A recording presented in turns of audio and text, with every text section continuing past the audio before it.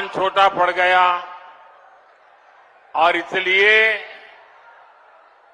जितने अंदर बैठे उससे ज्यादा लोग बाहर धूप में तप रहे हैं। जो धूप में तप रहे हैं,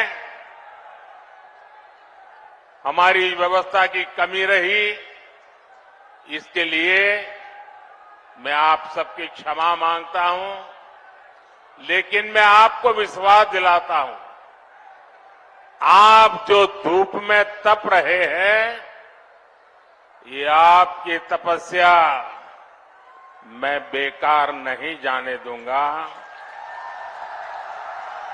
मैं इसे विकास कर करके लौटाऊंगा।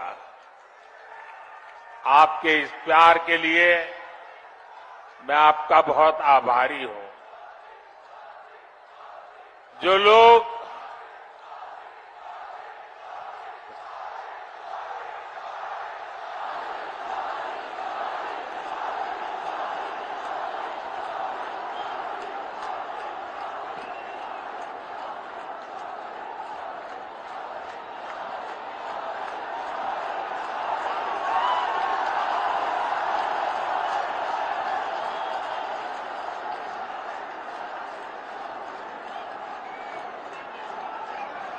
देवभूमि का ये आशीर्वाद, ये मेरी बहुत बड़ी पूंजी है।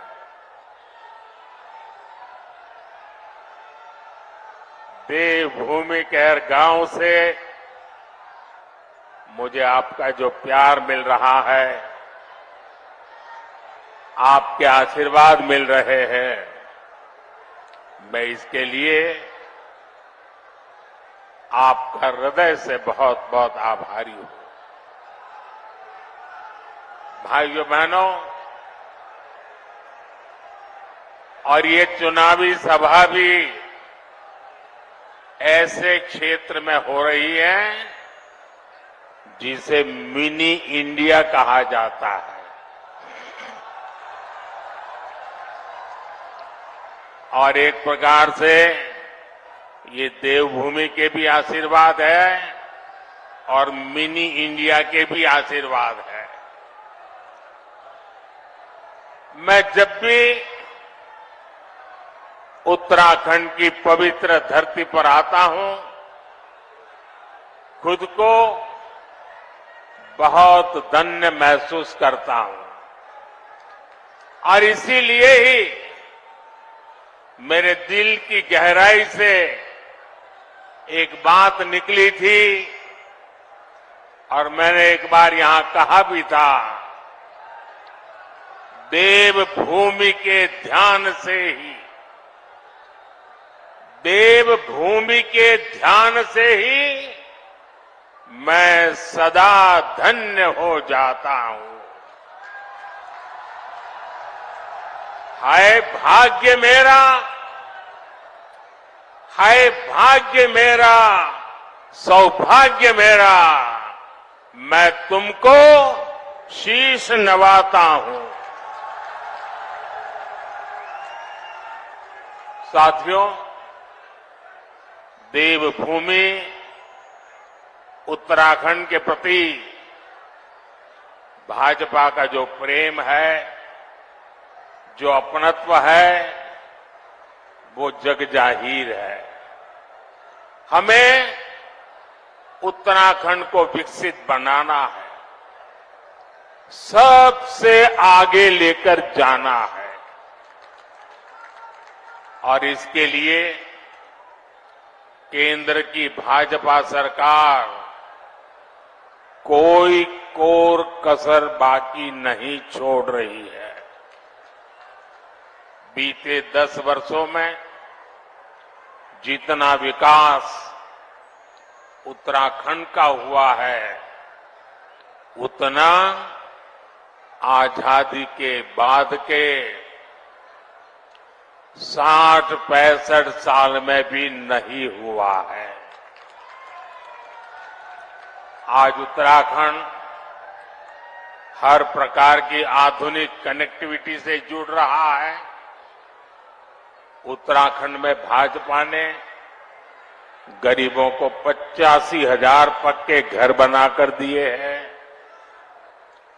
उत्तराखंड में भाजपा ने 12 लाख घरों तक पानी का कनेक्शन पहुंचाया है। यहां भाजपा सरकार ने 5.5 लाख से ज्यादा शौचालयों का निर्माण कराया है। यहां की 5 लाख से ज्यादा महिलाओं को उज्ज्वला गैस मुफ्त गैस कनेक्शन दिया गया है। यहां करीब 3 लाख लोगों को स्वामित्व योजना के तहत उनकी प्रॉपर्टी के कार्ड दिए गए हैं। उत्तराखंड के 35 लाख लोगों के पास पहले बैंक में खाते तक नहीं थे। भाजपा सरकार ने 35 लाख लोगों के बैंक खाते खुलवाए हैं, उन्होंने बैंकों से जोड़ा। भाजपा सरकार ने उत्तराखंड के छोटे किसानों के बैंक खातों में 2,200 करोड़ रुपए से ज्यादा सीधे भेजे हैं। भाइयों बहनों, ये सूची बहुत लंबी है, लेकिन मैं इसमें आपका ज्यादा समय नहीं लेता। लेकिन इतने सारे काम कैसे होते हैं? जब नीयत सही होती है, जब नीयत सही होती है तो ऐसे ही काम होते हैं। और इसलिए मैं कहता हूं, नीयत सही तो नतीजे भी सही।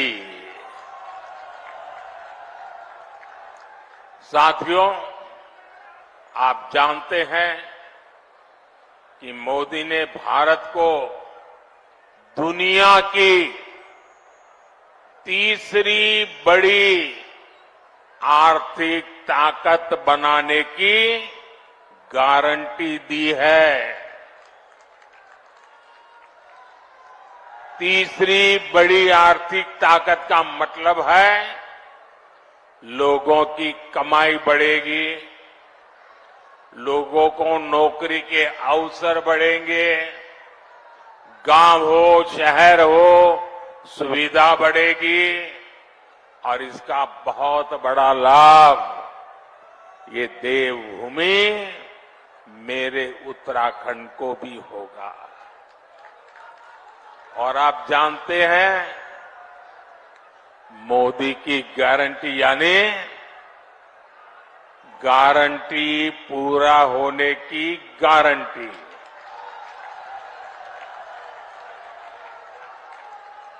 अब याद कीजिए, मैंने आपसे कहा था कि यहां एम्स का सैटेलाइट सेंटर बनेगा।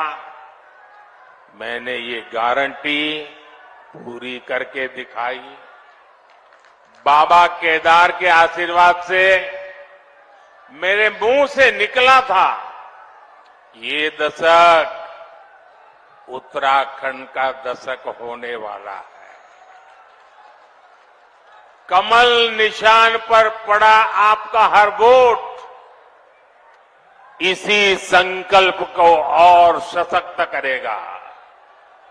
साथियों, मोदी की गारंटी ने उत्तराखंड के घर घर में सुविधा पहुंचाई है, लोगों का स्वाभिमान बढ़ाया है।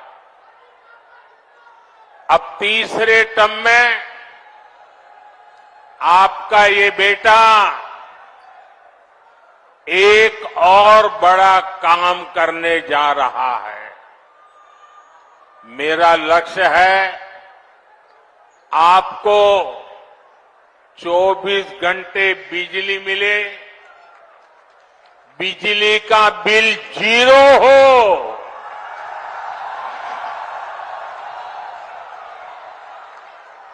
बिजली का बिल 0 हो और बिजली से कमाई भी हो। इसके लिए मोदी ने पीएम सूर्य घर मुफ्त बिजली योजना शुरू की है। इसके तहत छत पर सोलर पैनल लगाने के लिए सरकार मदद दे रही है। इससे जो एक मध्यम वर्गीय परिवार होता है, जिसके घर में 3-4 पंखे हो, 1-2 एसी हो, वॉशिंग मशीन हो, रेफ्रिजरेटर हो, एक छोटी सी इलेक्ट्रिक व्हीकल के चार्जिंग की बात हो, तो करीब करीब उसको 300 यूनिट बिजली खपती है। ये 300 यूनिट तो मुफ्त मिलेगी और जरूरत से ज्यादा जो बिजली होगी उसको सरकार खरीदेगी और आपको उससे कमाई होगी।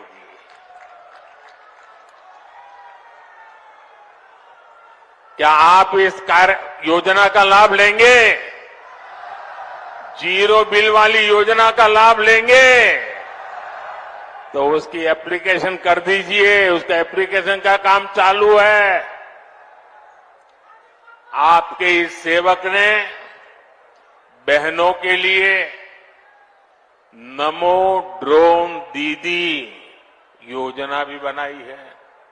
इसके तहत महिला स्वयं सहायता समूह को लाखों रुपयों का ड्रोन दिया जा रहा है।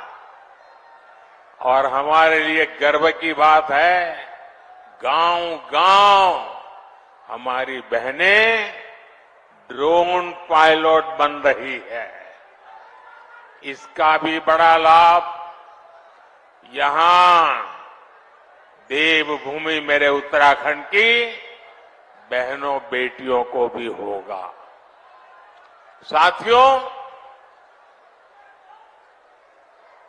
आपको लगता होगा इतना सारा काम मोदी कर रहा है, घर घर कुछ न कुछ पहुंच रहा है, तो ये मोदी थकता क्यों नहीं है? ये मोदी रुकता क्यों नहीं है? अरे कोई और होता तो मौज करता। मोदी मौज करने के लिए पैदा नहीं हुआ है, मोदी मेहनत करने के लिए पैदा हुआ है। मोदी आपके लिए मेहनत करने के लिए पैदा हुआ है। और इसलिए मेरे भाइयों बहनों, ये जो 10 साल में हुआ है ना, पहले वालों से बहुत ज्यादा हुआ है। हर कोई मानता है, लेकिन मोदी नहीं मानता है। मोदी तो कहता है ये 10 साल में जो विकास हुआ है ना, वो तो सिर्फ ट्रेलर है, ट्रेलर। अभी तो बहुत कुछ करना है। अभी तो हमें देश को बहुत आगे लेकर जाना है और तब तक न रुकना है न थकना है। और अभी तो हमें ये हमारे उत्तराखंड को भी बहुत बहुत बहुत आगे लेकर के जाना है। मेरा प्रयास है कि केदार खंड की तरह ही मानस खंड से भी देश और दुनिया और अधिक परिचित हो। पिछले वर्ष मैं आदि कैलाश गया था, तब पूरे देश ने इस क्षेत्र के अद्भुत सामर्थ्य को देखा था। और अभी मुझे अजय जी बता रहे थे कि पहले तो आदि कैलाश को कोई जानता नहीं था। कभी कभार लोग आते थे, संख्या मुश्किल से 5,000 होती थी। अब ये आंकड़ा लाखों में पहुंच रहा है। साथियों, खेती हो, पर्यटन हो या फिर इंडस्ट्री, इस क्षेत्र में अभूतपूर्व संभावनाएं बनने जा रही है। मैं उत्तराखंड के नौजवानों से कहूंगा, मेरे हर भाई बहन से मैं कहना चाहूंगा, आपका सपना ही मोदी का संकल्प है। बीते वर्षों में यहां से पलायन रुका है।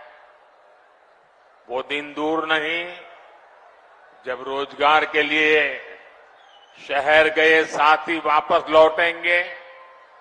भाई और बहनों, मोदी के इन प्रयासों के बीच कांग्रेस और इंडी गठबंधन ने अपने इरादे दिखा दिए हैं।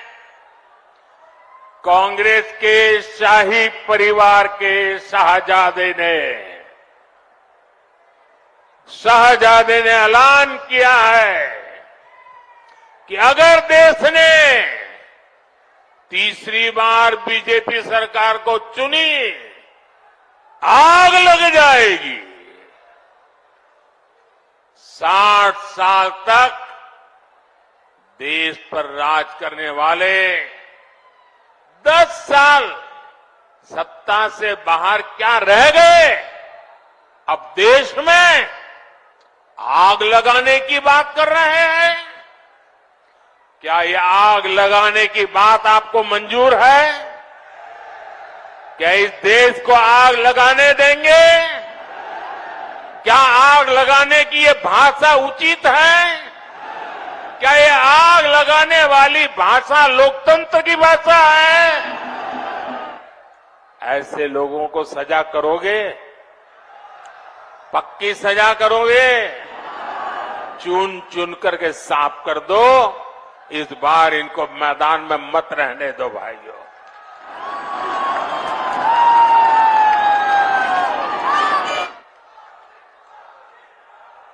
इमरजेंसी की मानसिकता वाली कांग्रेस का भरोसा अब लोकतंत्र पर नहीं बचा है। इसलिए वो अब जनादेश के विरुद्ध लोगों को भड़काने में जुट गई है। साथियों, कांग्रेस भारत को अस्थिरता की तरफ ले जाना चाहती है, अराजकता में झोंकना चाहती है। कर्नाटका में कांग्रेस के एक बड़े नेता ने दक्षिण भारत को देश से अलग करने की बात कही, 2 टुकड़े करने की बात कही। आप मुझे बताइए, देश के टुकड़े करने की बात करने वालों को सजा मिलनी चाहिए कि नहीं मिलनी चाहिए? सजा मिलनी चाहिए कि नहीं मिलनी चाहिए? सजा मिलनी चाहिए कि नहीं मिलनी चाहिए? लेकिन कांग्रेस ने क्या किया?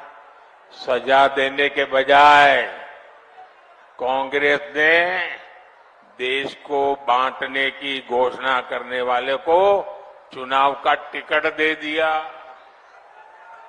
उत्तराखंड के लोग भूल नहीं सकते कि इसी कांग्रेस ने देश के वीर सपूत स्वर्गीय बिपिन रावत जी तक का अपमान किया था। ऐसी कांग्रेस से देशभक्ति की भाषा, उनकी देशभक्ति की बातें किसी के गले उतरती नहीं है। साथियों, कांग्रेस तुष्टीकरण के दलदल में ऐसा धंस गई है कि कभी देश हित का सोच ही नहीं सकते। यही कांग्रेस है जो घुसपैठियों को बढ़ावा देती है। लेकिन जब भाजपा सीएए के माध्यम से मां भारती में आस्था रखने वालों को भारत की नागरिकता देती है तो कांग्रेस को सबसे ज्यादा तकलीफ होती है। इस क्षेत्र के लोग भी जानते हैं कि पाकिस्तान और बांग्लादेश से जो शरणार्थी आए हैं उनमें से अधिकतर दलित परिवार है, हमारे सिख भाई बहन हैं, हमारे बंगाली भाई बहन हैं, लेकिन कांग्रेस इन लोगों को नागरिकता देने का विरोध कर रही है। कांग्रेस कितना भी घोर विरोध करे, इन लोगों के पास मोदी की गारंटी है।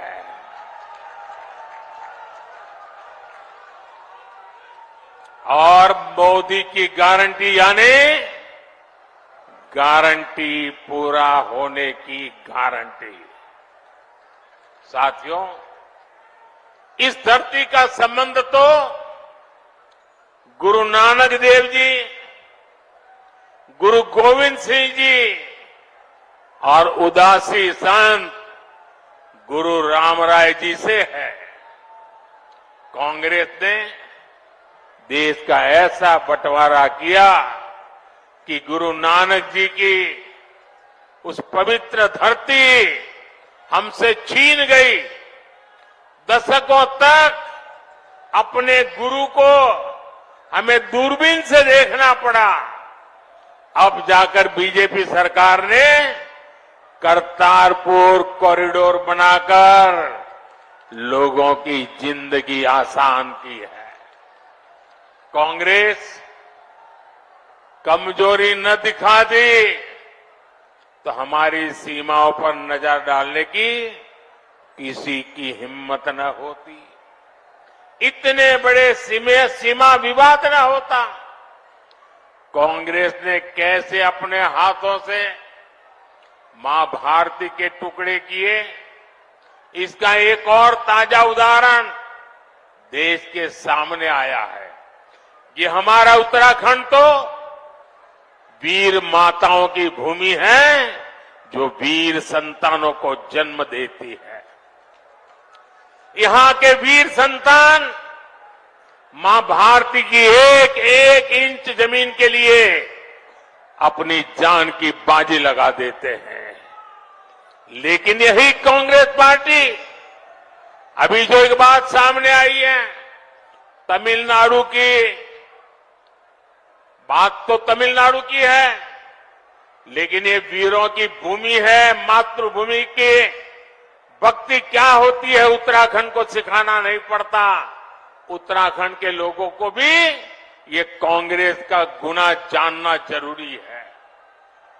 तमिलनाडु के पास समंदर में एक कच्छा द्वीप टापू है, द्वीप है। वो द्वीप भारत का हिस्सा था, लेकिन कांग्रेस ने उसको श्रीलंका को दे दिया। अब इस द्वीप के आसपास भी कोई भारतीय मछुआरे गलती से चला जाता है तो उसे गिरफ्तार किया लिया जाता है, जेल में बंद कर दिया जाता है। आप मुझे बताइए, ऐसी कांग्रेस जो भारत के टुकड़े करने के उनके नेता बात करते हो, जो कच्छ द्वीप को दे देते हो, क्या वो देश की रक्षा कर सकती है? जरा पूरी ताकत से बताइए, देश की रक्षा कर सकती है? क्या कांग्रेस देश की रक्षा कर सकती है?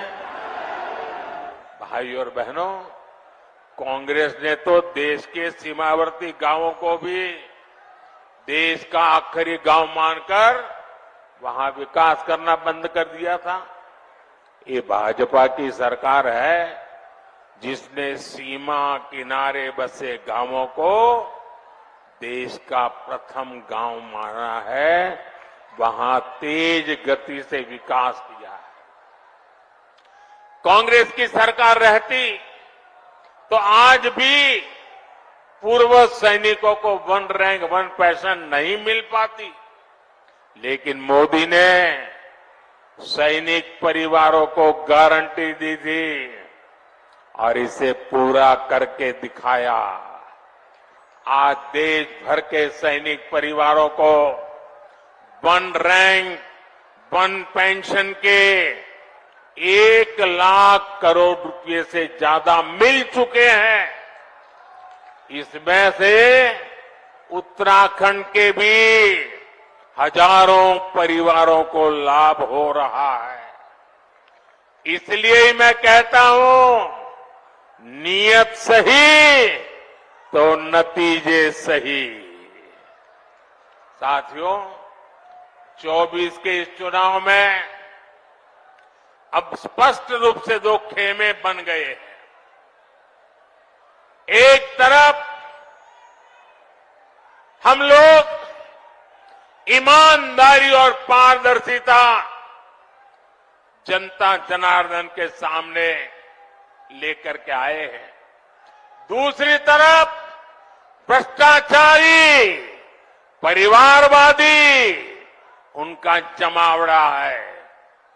ये भ्रष्टाचारी मोदी को धमकी भी दे रहे हैं, दिन रात गाली भी दे रहे हैं।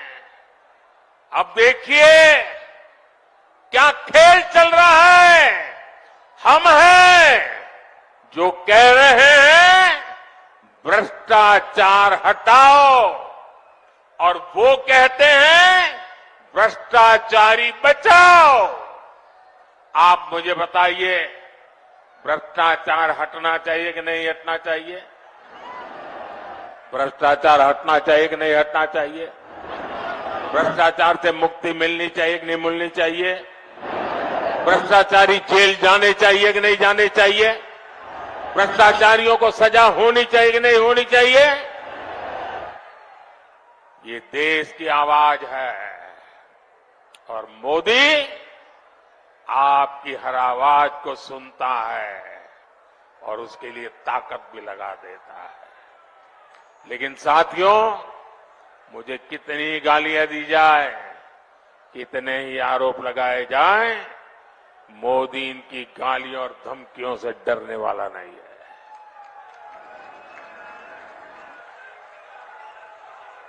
हर भ्रष्ट पर कार्रवाई जारी रहेगी और तीसरे टर्म की शुरुआत में अब 2-2.25 महीने बाकी रहे हैं। बहुत कम समय बाकी रह गया है। तीसरे टर्म में भ्रष्टाचार पर और तेज प्रहार होगा, ये मैं आपको गारंटी देने आया हूं। भ्रष्टाचार हर गरीब का हक छीनता है, हर मध्यम वर्ग का हक छीनता है, और मैं गरीब का हक, मध्यम वर्ग का हक किसी को भी छीनने नहीं दूंगा। ये मोदी की गारंटी है। साथियों, आने वाले 5 साल अभूतपूर्व काम के और देश हित में बड़े फैसलों के होंगे।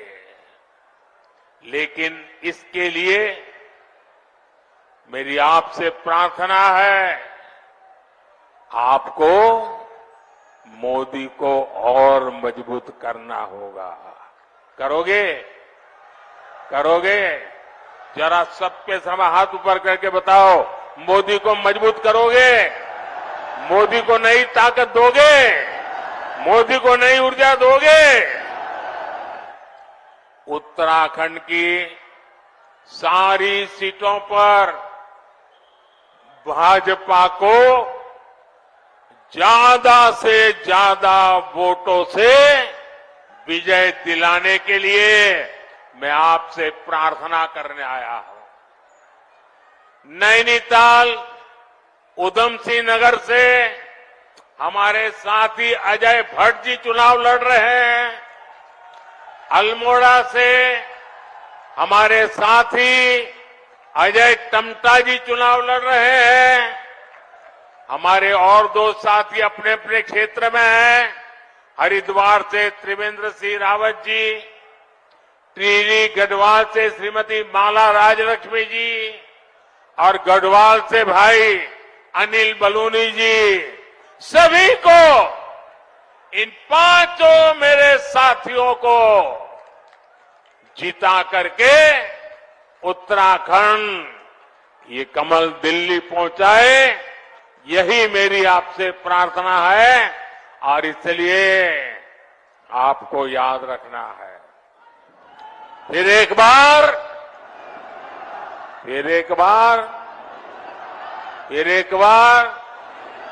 4